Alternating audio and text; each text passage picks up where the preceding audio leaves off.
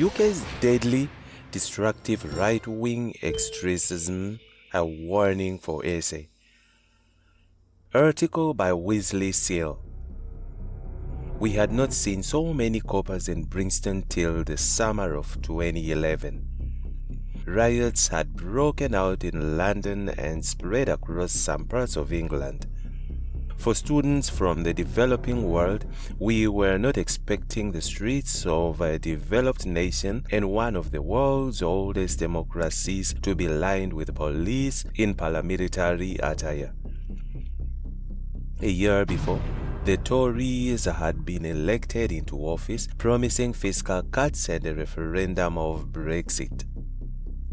The riots in London followed the killing of a black man, Mark Duggan, by police.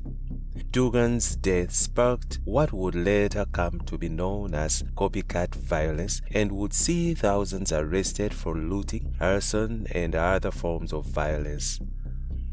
In the debates and discussions on the riots that followed, many agreed that factors such as racial tensions, class divisions, economic declines, and its results of unemployment, poverty, and inequality contributed much to the stoking of the riots. Yet even more worrying was the undue influence of social media and online misinformation. 13 years later, and not much has changed in the UK in terms of addressing these issues. As the riots broke out in the last 2 weeks, this time spurred on by right-wing extremists, former Tory advisor for former Prime Minister Rishi Sunak on social cohesion and resilience, Dan Sarakan, laid the blame for the latest riots squarely at the feet of the former conservative government and her own party. She pointed to the inflammatory language used by conservatives and right-wing politicians, as well as the so-called culture wars for fanning the flames of these extremists. Unlike the riots of 2011, these riots that have riveted England and have seen right-wing extremists target black people. Some even tried to set fire on the Holiday Inn Express in Rotherham while people were still inside. Neil Basu, Britain's former head of counter-terrorism, explained that the attacks should be viewed as terrorism, while earlier this week nearly 400 arrests have been made. Yet the rise of the right of their riots are not unique to England. Since the global economic recession, countries across the world have seen the rise of the right, particularly the working class right. Make no mistake, it is usually the middle class and the elites who facilitate these uprisings by the working class. Donald Trump, US, Vladimir Putin, Russia, Narendra Modi, India, Viktor Orban, Hungary, Giorgia Meloni, Italy, Javier Milei, Argentina, Nayib Bukele, El Salvador, Benjamin Netanyahu, Israel, among a number of others, have all risen on the back of working-class people coming under the influence of right-wing politics. In what many had not expected and described as one of the biggest political upsets in Dutch politics since World War II, the right-wing Party for Freedom, led by Geert Wilders, became the largest party in the House of Representatives in the Netherlands. France continues to sit with a caretaker government which is warding off a government led by the right-wing National Rally Party under Marine Le Pen, which had made significant gains in the recently held snap elections. But just as the rise of the right-wing extremism is not unique to England, so too is the rise of riots by the right not unique to that country alone.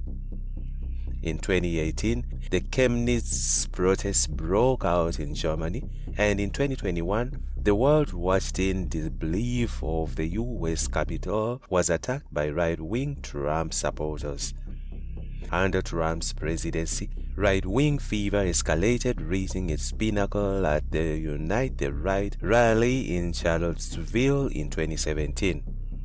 In July 2021, South Africa also saw riots similar to those currently occurring in the UK.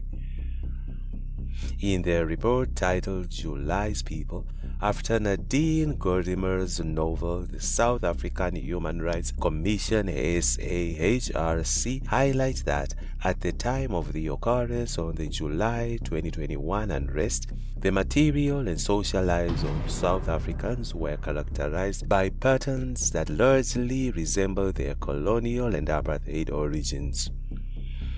While these factors speak to a racial and class divide, as well as the rampant unemployment, poverty, inequality as the lethal cocktail in the cause of right-wing riots in England, another lethal ingredient was online misinformation and, as pointed out by London Mayor Sadiq Khan, the culture wars and inflammatory language used by certain politicians.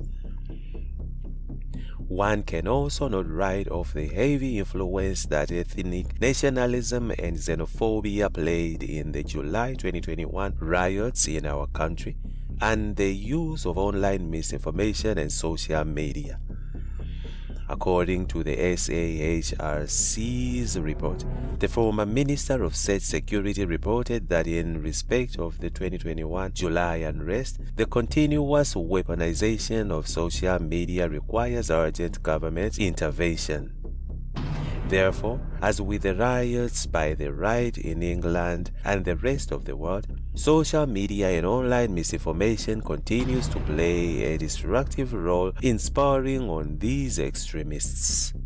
For the first time in 3 decades, South Africa has a center-right government in place.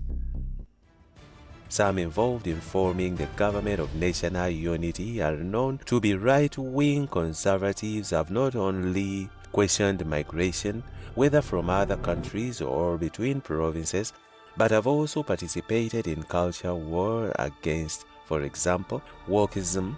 Note that one agrees with wokeism, for according to Francis Fukuyama, it is fundamentally the first of neoliberalism politics. But the point remains, culture wars inflame. These right-wing conservatives involve the GNU defense races within their ranks, and one was even involved in the formation of the Tory-led coalition government in the UK in 2010. Given that the lethal cocktail of ingredients for another wave of riots has happened in July 2021 here and currently taking place in England, continue to persist in our country, the ANC, PAC, UDM, Al-Jamar and GOOD parties will do well to keep fellow right-wing partners in check and caution them against making inflammatory and populist statements. As the consensus in scholarship suggests, while left-wing extremism may be more prevalent, it is certainly right-wing extremism that is more deadly and destructive. Dr. Wesley Seale has a PhD in international relations. The views expressed in this video are the writers and do not necessarily reflect the views of IOL or independent media. Dr. Wesley Seale has a PhD in international relations. And that's it from Injibs Network. Stay tuned to our celebrity and gossip news.